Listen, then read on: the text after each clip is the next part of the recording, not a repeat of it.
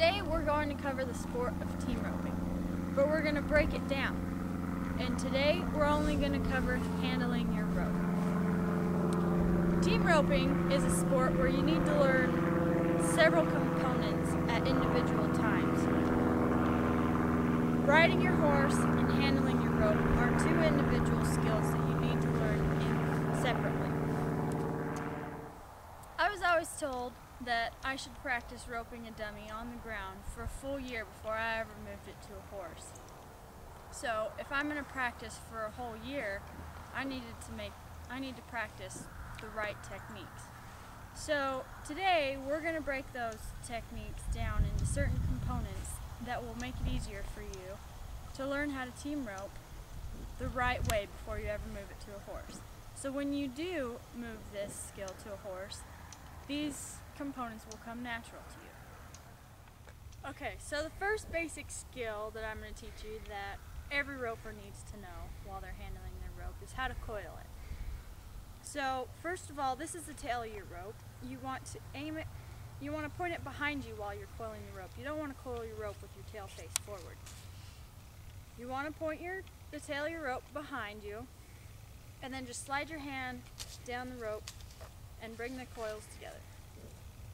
You want to make the coils come together in order as you're coiling your rope, so they don't get tangled and out of order.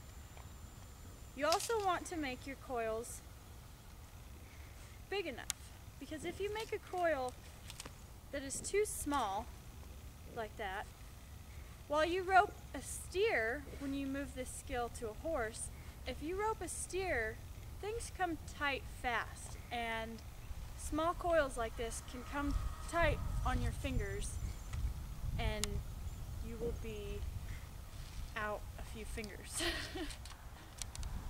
Okay, now after you have your coils built, you want to build your loop. And since I have small hands, I want to hold only a limited amount of coils in my left hand. So I can have a long tail, which is fine because I will be on a horse and it won't be in the way. It will just be dangling down.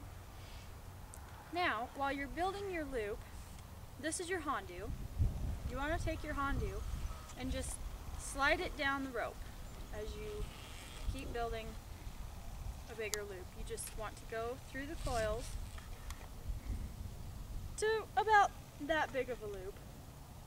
And you want to have your Hondu a little less than halfway down your loop. And you also want the side of the rope with the Hondu on the inside of your fingers.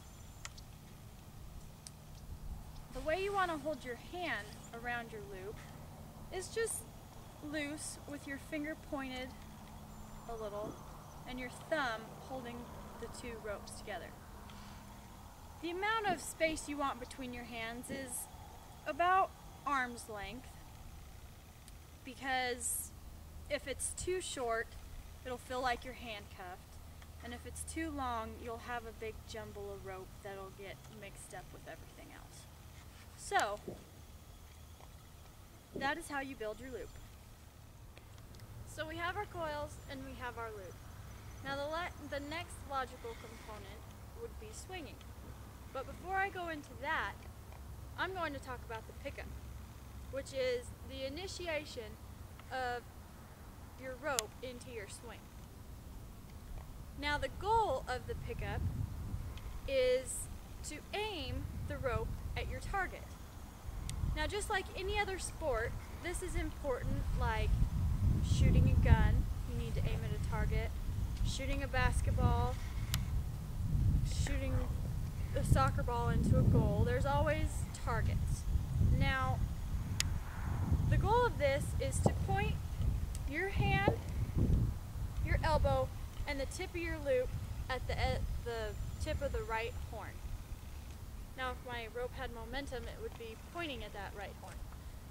So, the pickup is a flick of the wrist, aiming to your target, the tip of the right horn. So now, as you go into the rest of your swing, there are different things to think about. Everyone has their different mental thoughts as they swing their loop. One thing that helps me is as I swing, after I make my pickup, is to be able to look through my loop every time it comes around.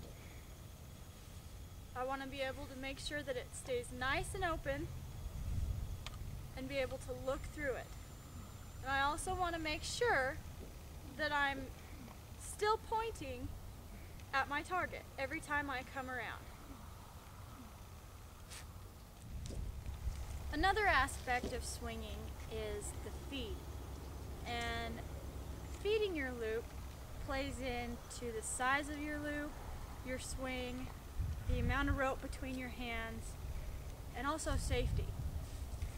While you're on a horse sitting in the box waiting for your steer to come out of the chute, you can have a smaller loop while you're waiting to swing. If you start out with a big loop and then you come up to swing, there is always the risk of getting your foot in your stirrup caught in your rope as you're coming up. So there's a benefit to having a smaller loop while you're coming out of the box. So feeding is pretty much just feeding more rope into your loop as you swing. So here's an example. As you're swinging, you just feed it through. It happens between, if you were to think of a clock, it happens between 3 o'clock and noon as you feed your rope through. You just let more come through to get a bigger loop.